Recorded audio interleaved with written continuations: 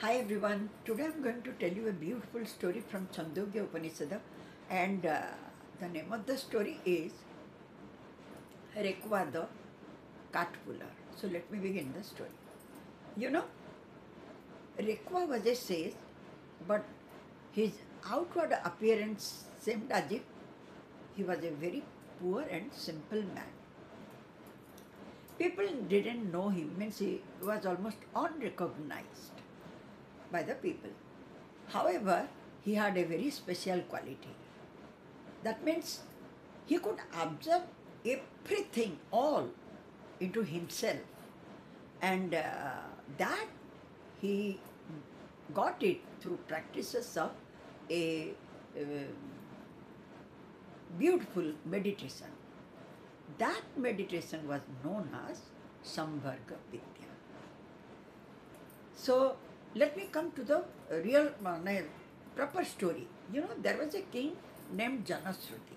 He was a charitable person, and every time he was giving gifts to his subjects, and besides that also means huge amount of gifts, and besides that he arranged the cooked food on daily basis, and he made the rest houses for his subjects.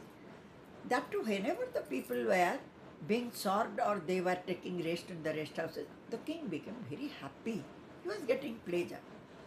Now, in one summer um, evening, he went to the roof of his palace, and there he was resting. While he was resting at that very time, two swans they just flew over him in the sky. And one was ahead, the other swan was behind it, the first one. Now the swan who was behind, he just gave a remark, passed a remark to the first one, ki, hey, oh you foolish blind one, can't you see that the radiance of the glory of King Janashruti is rising up, and it looks like the flame of a burning fire. Don't try to cross it, otherwise you will be burnt down. Then the first one said, what? Who is Janashruti? You are telling as if you are assuming him like Rekwa the cat puller, and I don't know who is Janashruti. As the first one said this, the second one immediately, the swan who is behind, he asked, who is Rekwa, and what he like? Then the first one said, look, you know, uh, like a, means when a person wins a toss, krita, all the lower tosses became his only. And the same way, whatever the good deeds by the other people, every credit goes to the credit of Rekwa only. He is such a powerful person. As they were talking like this, that time their conversation were heard by King Janashruti. Was heard by King Janashruti. Now king felt humiliated by this, and he came back, but he couldn't sleep that night at all. He was only thinking, who is that Rekwa who is superior to him, and for what reason? However, in the next morning, immediately he asked his attendants to go and search for Rekwa. Now the attendants went and searched all throughout the kingdom, but they didn't get. Again they came back and told the king that they couldn't find. Then the king said, do you think that Rekwa will be found on the town side or city? Go to the village and find her, search him. Then where the Brahmins were, then the attendants, they went to the villages. There they searched, and then they saw a person was sitting under a cart, and he was scratching his body. Now the attendant came close to him and asked, sir, are you Rekwa with a cart? Then he said, yes, I am. Why? Then the attendant immediately went back to King Janashruti and told everything to him. Next day, uh, the king came with 600 cows, gold chain, and a chariot drawn by mule. He came to Rikwa and offered everything to him. Then he said, ki, oh sir, please teach me the spiritual knowledge you have. To which God you worship? Then, listening his words, Rikwa was very much annoyed. He said, what? Do you think that the spiritual knowledge is for sale? Go back. I am not going to teach you anything. I don't want your wealth. So he refused, and the king went back to his palace. But once again the king came with 1,000 cows, gold chain, chariot, with his daughter to give her marriage to Rikwa. Now he offered everything, and once again he requested, sir, please teach me. And this one, my daughter, I offer my daughter to be your wife. Then Rikwa thought for a while, then lifting the face of the princess, he said, O king, you offered me so much wealth, but that didn't make me speak. But this princess, looking at her face, I just am going to teach you. Now he said, O king, air swallows everything. When the sun sets, it disappears in the air. When the moon sets, it disappears in the air.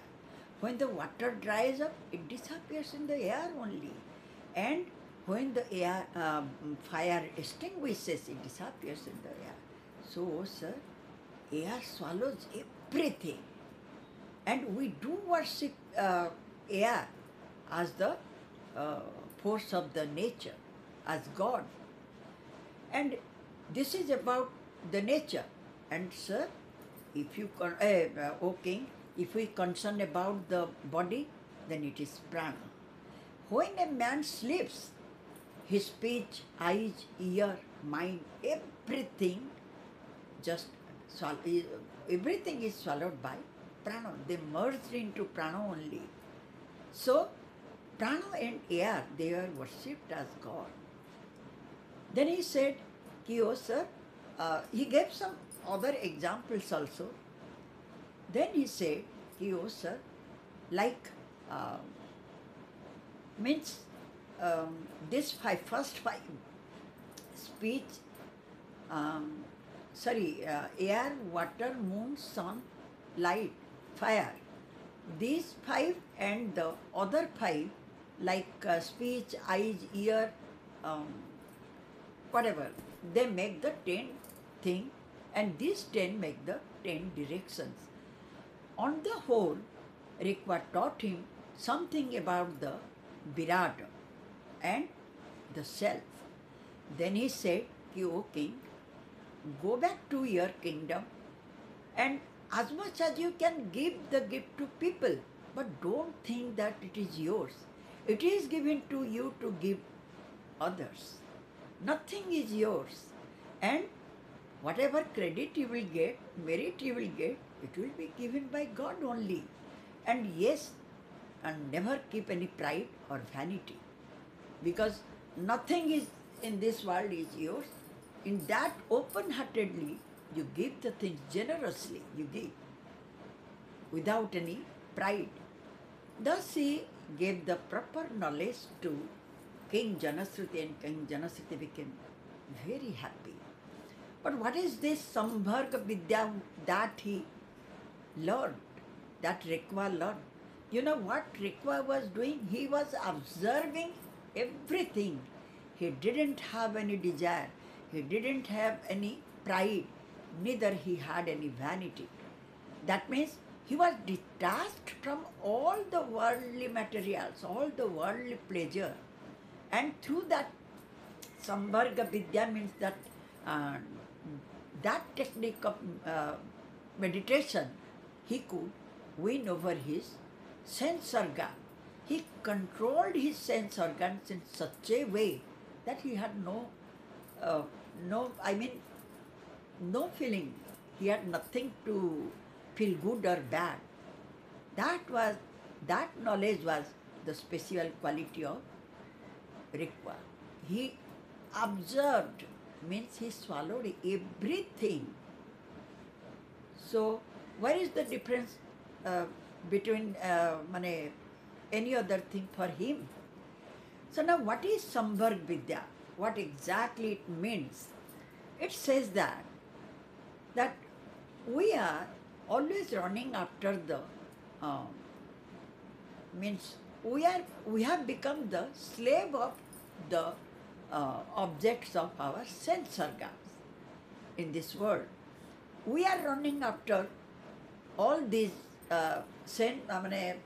command of the objects of sense organs to fulfill. But we are pulled, but we never pulled the objects of this world into ourselves. That means we cannot bring them into us. We can make them the whatever objects is whatever objects are there. We cannot make them our slaves, but we are becoming the servants of the objects of our sense organs. Whatever they are commanding, we are running after that to fulfill, because we do need the worldly pleasure. That is the reason why we are suffering in every type of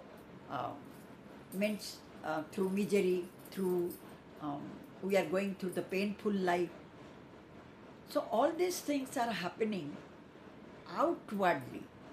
If we can observe everything into ourselves, then there will be no difference. There will be no pain, no pleasure. And we can, that is the consciousness. That is the true realization of your own self. So anyhow, it is very, usually we have seen the world is pulling us. We are not pulling the world. The day we can pull all the worldly pleasure into ourselves, that day we will be the happiest persons. But it is very rare and very difficult also. The main point of this is self-control. If you can control your own sense organs, then only you can win over the universe. Thank you so much. Once again, I will tell you some other stories some other day. Thank you.